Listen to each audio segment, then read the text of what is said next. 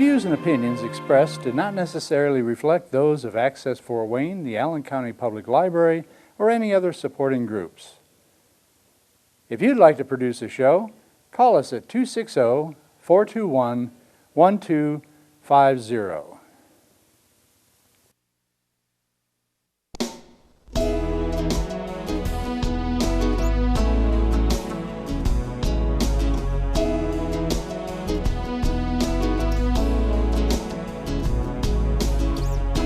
Let me be your lighthouse so I can show you the way. Let me be your shining light, I'll keep you from drifting away. I'm the one that makes you try when... Hello, this is Patty Hunter of Patty's Page. Today we have a very special guest on Zoom. My interview is with DC Glenn of Tag Team, and he's wonderful. I like him. I like him already. Hey, how you doing today? Welcome to my show, DC. Before we get started, I gotta do one thing. What? All right, sprinkles. Hey, All right, girl. I'm ready Anyone now. know what that is about? Do explain that to me. Oh, I must be older than I thought I was. Oh, we'll tell a story about that later. Hey, however you want to do it, Miss Patty. Well, I'm glad you're on my show. And you're Glad to be here. very enlightening and positive. Mm-hmm. So, DC, where were you born and raised? I was born in Chicago, Illinois, and we moved to Denver, Colorado when I was 4 years old, and I had a wonderful childhood. And Denver, Colorado is where I graduated high school, then went to college at Sacramento State University, finished up there, and then moved to Atlanta, where I've been ever since. Oh, Mm-hmm. yeah. Who influenced you the most as you were growing as a young lad? You know what? Nobody? You know why? Why? Because all we did was play. True. All we did was be kids. We played, we had fun, we rode our bikes, we went all over the city. You know, we had a good community of people who looked out for us. And I would have to say my parents, of course, people in the church. You know, we come from a community, so there's too many people to name. Right. You know, wherever I was at, there was somebody who knew my parents, who looked out after me and nurtured me and raised me. So, you know, I am blessed in the fact that I have never not known love and never not been under someone's cultivation, under some elder's tutelage, and have learned to do things that most people don't know how to do, that everybody should know how to do. And I'm very grateful and thankful for that. And now, does anyone come to mind who helps you along with what you're doing? Yes. When I got to high school, Dr. Joyce Davis, she ran the choir. It was called the Boat Vibration Ensemble, Manual High School. And I wanted to be in the choir because I used to work in the tardy office, and I would just hear beautiful voices coming from down the hall. And I used to sneak down and stand on the side and listen. And one day she caught me. She was like, "Boy, come in here." She's like, "What you doing out there?" I was like, "Just listen to the music, Miss Davis." She's like, "All right, go on." And I left, but I came back after school. I was like, "Miss Davis, what I got to do to get in the choir? Because I just want to be in the choir." She was like, "Can you sing?" I was like, "I think I can." And she made me audition, and then I was in the choir. You know, so she had a big influence on me, you know, my teenage years. And then working in the truancy office, you know, Miss Patton and Miss Perry, they taught me just life lessons about how to be a man. And then had Miss Alice Langley. So I had great teachers. I had deacons and pastors and, you know, just my mother's friends and my father's friends. So I had a lot of people who influenced me and really made me the man I am today. So it anchored you. It really anchored me, built a foundation, and, you know, built a foundation of goodness and how to treat people and how treat people like you want to be treated, and, show respect, and respect gets earned. So those are just simple life lessons that taught me a lot and really helped me as I moved along through life. And when you first started to become interested in music, how old were you then?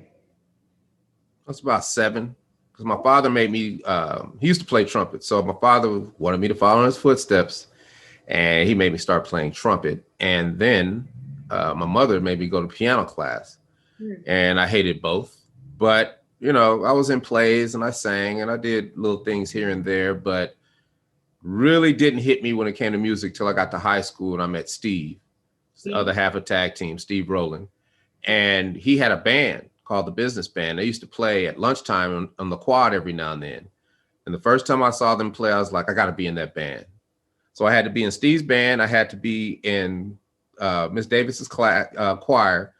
And then the first high school party, the first party of the year, some of Steve's friends was the DJ. And then I saw them DJing, and I was like, I got to be a DJ. So now I'm fully immersed in music, and I started honing my craft. I used to not play anymore with my neighborhood friends because I was downstairs DJing. I started writing lyrics, started figuring how to put together songs. And when I went to college, that was the story. I was a DJ at all the parties. I'd be in class writing lyrics, and my friend had got a Tascam recorder.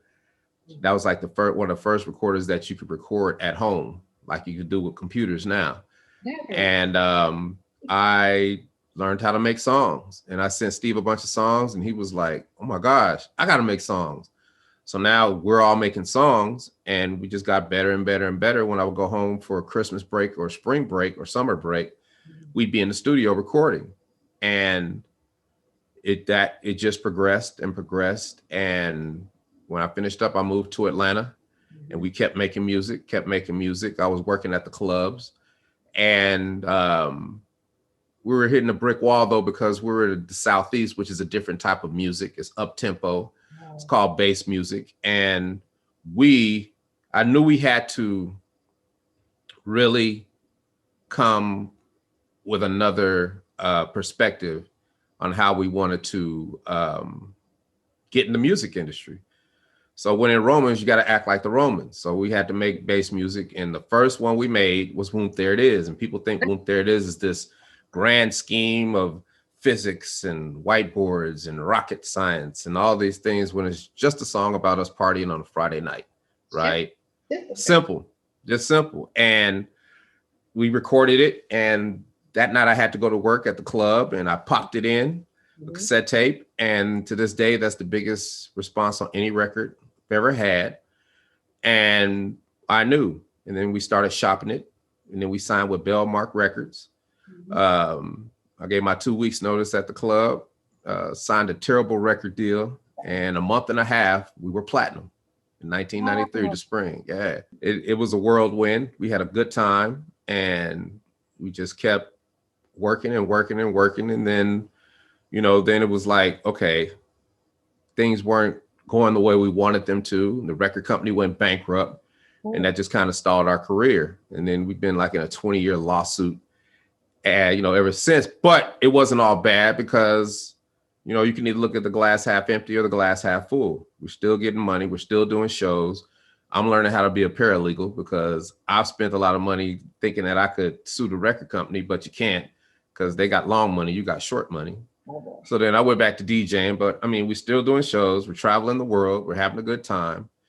And I started venturing into other things. I'm a licensed commodities broker. I wanted to have hedge funds. I wanted to do all kinds of things, right?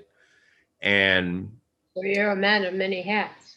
Man of many hats. And I use them all. And, they say jack of all trades, master of none. Well, you live long enough, you master some of those trades, right? And they become part of of who you are, and you can utilize them and combine them to make things that other people can't do, or things that you would have to pay somebody to do, and they might not even do it right? So that's why I choose to learn everything that I want to do so I can teach somebody to do it. Oh, Then you build a team, right? Mhm. And you know, that's what I spent my 2000s doing, just, you know, dealing with that lawsuit, because it was 2 record companies fighting over us, oh, and just making sure that I kept everything organized, kept all the discovery, knew what every trial was happening, all the motions, just really followed the case closely, yeah. and just kept working and working on my craft. I started voiceover, Oh, commercial voiceover, because I did radio commercials and stuff like that for the clubs, but I wanted to do traditional commercial voiceover. And I used to fly to New York, and fly to LA, and come back to work and just round robin and learn how to do voiceover. yeah, you sleep at all? Yeah. No, hey, I sleep plenty, right? But Sleep when you where? no, I sleep all the time. I'm gonna get my rest, period. And so, you know, fast forward to today, and I'm better for all of it, right? You know, voiceover. I was working for Apple Radio. I've done a couple things for Disney. You know, now I have an agent, and I'm booking like crazy, and it's been good. But then, you know, I get signed to People Store in Atlanta, Georgia, a talent agency for voiceover, and I'm having a meeting up there one day, and the owner's like, "I like your face, put him on camera." So now I'm an actor, right? And just by happenstance, and took some headshots, started going to class, and I got hooked. And now, 2020 was incredible. I shot 2 movies during the pandemic, booked the Tyler Perry show. What else? Several voiceover ads, and here comes Geico. French vanilla, rocky road, chocolate peanut butter cookie dough. Scoop that is, scoop that is, scoop that is, scoop that is, scoop. Shakalaka, shakalaka, shakalaka, shaka, scoop. Shakalaka, shakalaka, shakalaka. Geico. And Yeah, that's 2020 was one of the best years of my life, promise you. my And favorite commercial. you know, the pandemic was important because it forced all of us to stop. And when I stopped, it's like, what are you going to do? Yeah. And I tell a lot of young people this, like, you better have irons in the fire, because if one goes down, you got to be able to, you know, it's like next up, the next hustle has to be up. And I can't do shows, can't do this, can't do that. So then all of a sudden it's like, okay, we're doing voiceover. It's like, but you're already doing voiceover. Nah, we got to get good at voiceover, because if you're going to make money at it, you know, there's other people who are saying, okay, I'm going to do voiceover. So everybody's trying to do voiceover now because you can do it at home. And I went back to the beginning, and I said, I have to reinvent myself. And I every class I take, I record as long as I can remember. Anything I do, I record. And go back to 2009, I organized all these 2-hour sessions, and I listened to the first voiceover I did, and it was heartbreaking. Wow. Because I had to listen to my 10-year ago self, right? Well, I had to listen to me talk 10 years ago. wow. And I had to listen to my hubris, and I had to listen to my just ignorance.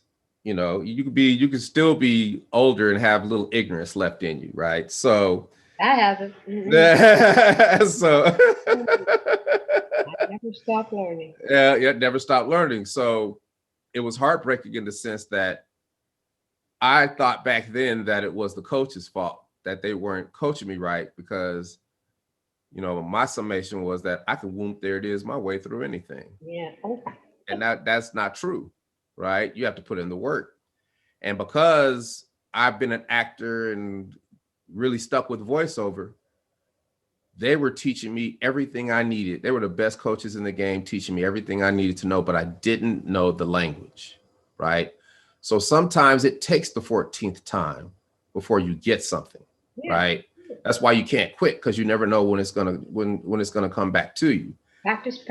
You practice. So I went over this. I heard my first voiceover. It was cringeworthy, but it was also inspiring, because I said, you know what? I'm going to do this voiceover over and take their notes.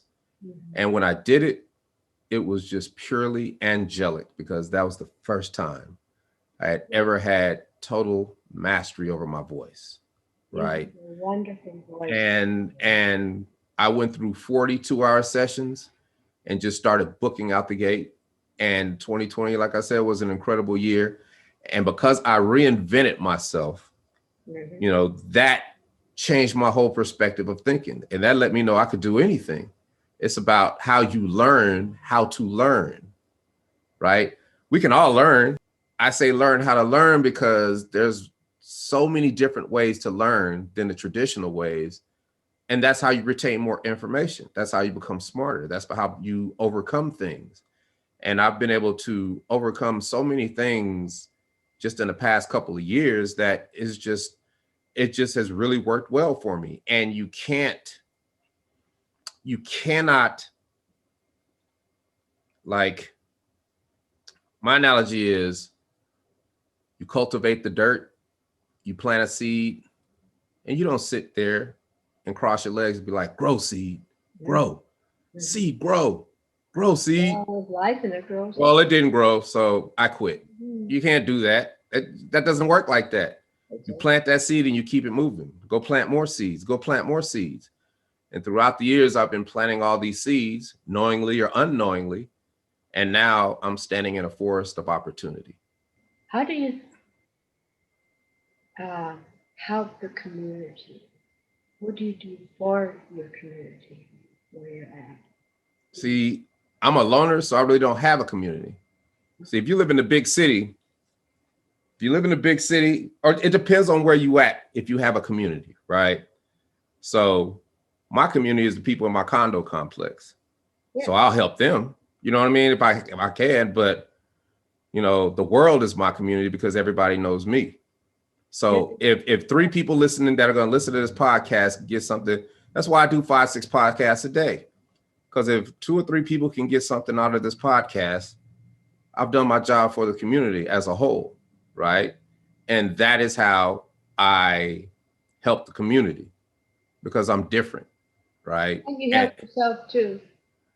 Of course. And I really do, because I learn more from running my mouth than anything else, right? The more I talk, the more I learn. I'm working things out. I'm coming up with ideas. I'm coming up with innovations. I'm saying, oh, that works. Very creative. That's what I like. This works. That works. Oh, yeah. Okay. So I can have a conversation with anybody because I am going to always look at the glass half full. And I try to help people. I try to help people I shouldn't help. I don't burn bridges, but I do remember, right? And like I said, I can be angry, but I'll take that and I use it because it only makes me stronger. It makes my resolve greater. Like, you tell me I can't do something, okay. I'm going to do it. I hear you. Everybody's against me acting. Now I'm in movies and television shows and now it's my living, because I knew and I had a choice that I was going to do the work to get to where I was going to do the work others wasn't going to do. And that's the mindset you have to have. You have to be willing to do the work that other people won't do. And you're in a league of your own because you're out there by yourself. And when you're out there by yourself on rough seas, you learn how to pilot a ship. You learn how to get through those currents. You learn how to do those things. It might seem fruitless, but you're practicing and putting in the reps as you're doing it. And then you achieve mastery over it. And then you look back and then it's just calm seas, right? And it's like, I got through that. Yeah. And now I know how to get through.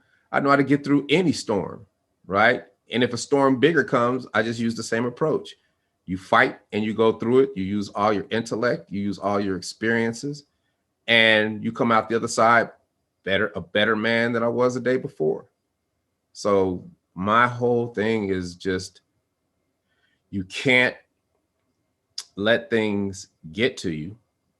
That's right. And it's just easier said than done, because things do get to me, but you just don't have to react to them and you don't have to be a victim of them. What motivated you to write Whoop, There It Is? I write songs. Oh, yeah. It was just another song. There was no motivation. I wrote a song about us partying. That's what rappers do, right? So it really is that simple. And it just blew up. And it's just a combination of the right things happening at the right time in the universe. Mhm. And it happens. And now it is a classic song, and it has been bought back in the form of ice cream. Go figure, right? Go figure. So I just, Well, you're back in the saddle again. yeah, I'm back in, but then this is a different entity, right? This is something that's in my lane, because when I got the call from Geico, everybody's like, everybody asked me, now, are you happy that you have a Geico commercial? I'm like, I mean, it is what it is, but I was happy the first 2 days. Oh, yeah. That I said, then I knew I had work to do, right? Because we're not doing shows. Usually you do a Geico show, you're on tour. So I had to figure out, how am I going to make a lemonade corporation out of lemons? And that's what I did. I learned, by accident, but because I'm tenacious, how to be my own PR firm, right? And, now I do all of this. I can nobody's telling me no, because I'm building relationships. I give good content. I try to motivate people. I'm a good person. Oh, And I have an interesting story. you're a keynote speaker, are you? I could be, if they were doing stuff like that now, if it was open, I probably would be keynote speaker somewhere. But it's more important for me to get in front of people who don't see me coming. That's why I love doing interviews and podcasts, because everybody thinks that we're going to talk about tour bus stuff back in the 90s. Oh, wow. And they end up getting, some life nuggets from my experience and my learning that they never would have thought of. It's just a different way of thinking. Like with the commercial, right? I prepared a month for that commercial. You would think I'd just show up and it's like, let's do it. And we did it. Yeah. I prepared a month trying to figure out, what do I want to do in this commercial, right? What do I want to bring to this? What do I want to bring to this party? And I'm like, spinning ice cream scoop. We could do some sprinkles, because I know kids love sprinkles. I don't know why, but kids love sprinkles. And there's a dance we do in the South that everybody knows it when they see it. So the whole South will think that, man, they're representing us, make people feel good. And this whole commercial took me back to my childhood, when my father used to crack about 8 eggs, throw some milk and some sugar and vanilla in a bowl, put it in a silver cylinder with ice around it in a wooden bucket, and salted ice with rock salt that we use for the snow, and make me and my brother churn this thing 5 minutes. And in 20 minutes, me and my brother are digging with big spoons, and we have ice cream.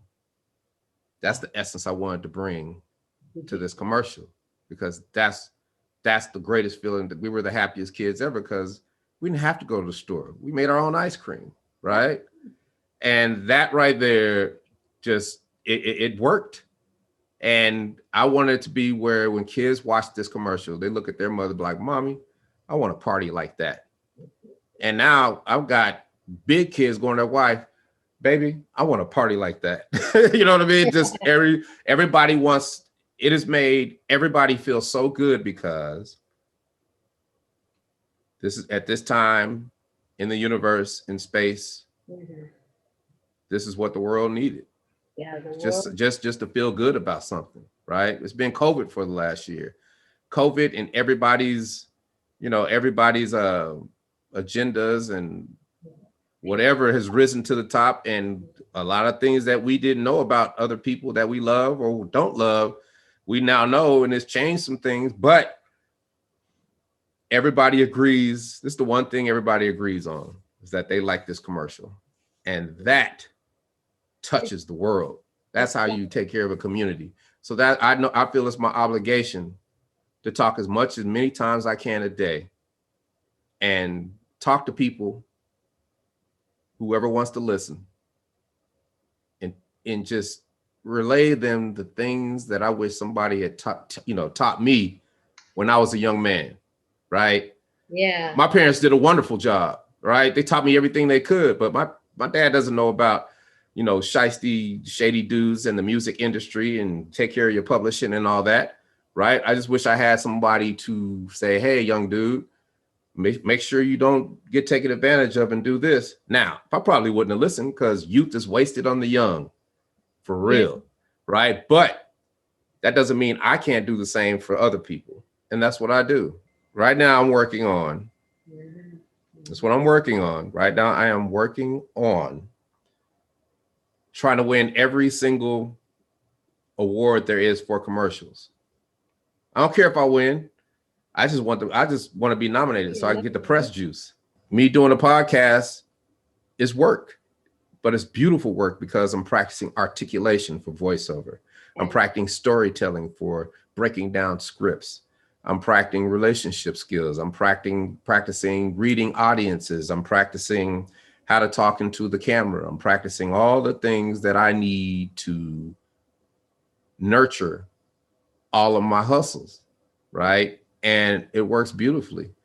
I'm glad you came on to my show. Thank you so much. What would you like to say to my audience? Hey, I'm glad to have been here. And just remember, now's the time to start going for your dreams and goals. You're never too old. You're never too young. You're never too whatever to do anything you want. It's just about a choice.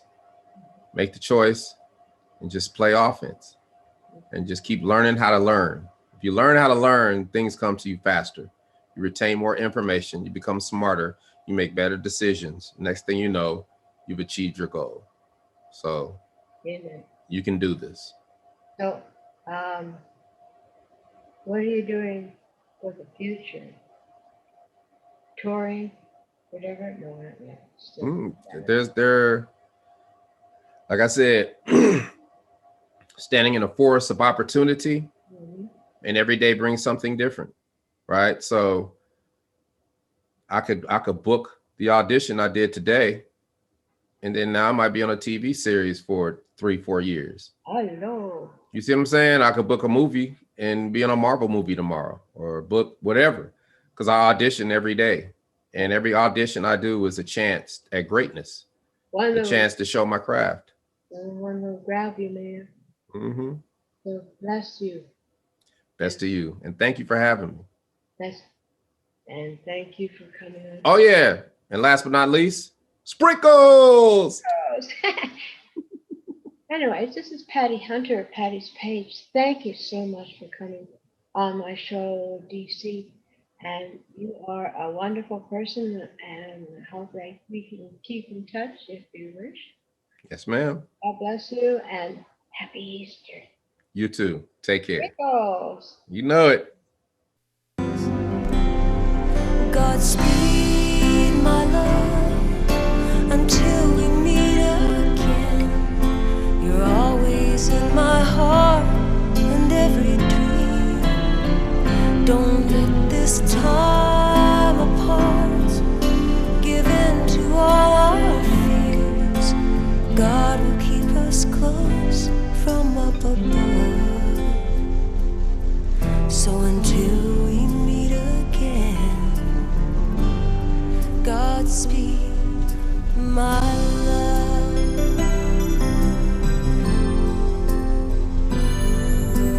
God is with us always and for the rest of all our lives.